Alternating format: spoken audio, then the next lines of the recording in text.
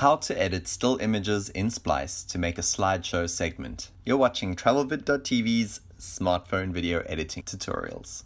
We've been asked how Splice works as a tool to make slideshows with still images. Let's get straight to it. Once you have a project open with your images already loaded into the timeline, you are ready to manipulate and change how people will view them. I have just added 3 photos from my phone to use as an example. By default, these photos will show for 4 seconds each and have the Ken Burns effect added to them. Ken Burns effect is when your image is moving. This is a regular image, and this is the same image with Ken Burns effect in progress. To edit all the images in your timeline, you must open your project settings up at the top here. First thing on the list is to choose your background color. This is the color you will see if your image does not cover the entire screen. Then you can change the photo duration for all images in the project. I will adjust these from 4 to 3 seconds. If you'd like to add or remove the Ken Burns effect, you can do this here. I'm going to leave it on. Then select Done to lock in these changes. You will notice the duration has now in fact changed across all photos. Let's edit an individual image now. Tap on the clip and select Edit Photo.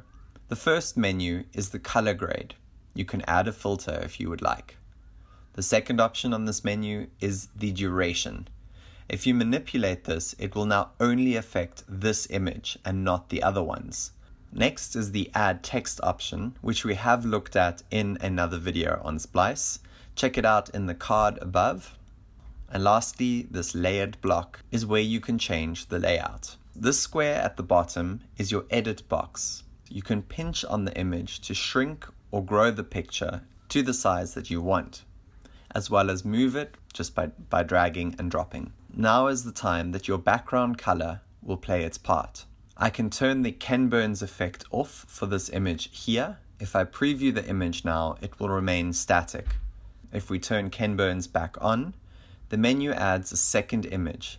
These 2 blocks represent the start and end point of the image movement animation. Let's place the start on the side like this, and the end on the opposite side and slightly larger.